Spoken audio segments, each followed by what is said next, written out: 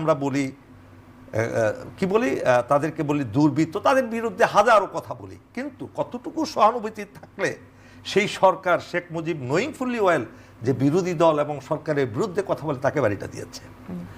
আর হাসিনা কি করলো, এসে ঢাকা শহরের অসংখ্য বাড়িঘর, সে এবং তার বোন, তার যে নিরাপত্তা উপদেষ্টা মেজর জেনারেল তারেক আহমেদ সিদ্দিকীর মাধ্যমে কর্নেল শহীদ খানকে নিয়ে একটা সুন্দর একটা ব্যবসা প্রতিষ্ঠান তৈরি করে একটা শত জমি জমা দখল করে এগুলো অবৈধভাবে দখল নিয়ে বিক্রি করে দিল, পাচার করলো।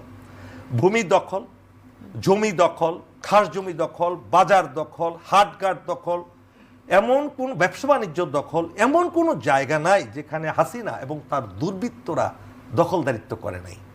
এখন ৩২ নম্বরে যদি আসেন, এই বাড়িটা হলো একটা অভিশপ্ত বাড়ি। এই বাড়িটা থেকে বাংলাদেশের যত অশুভ কাজ হয়েছে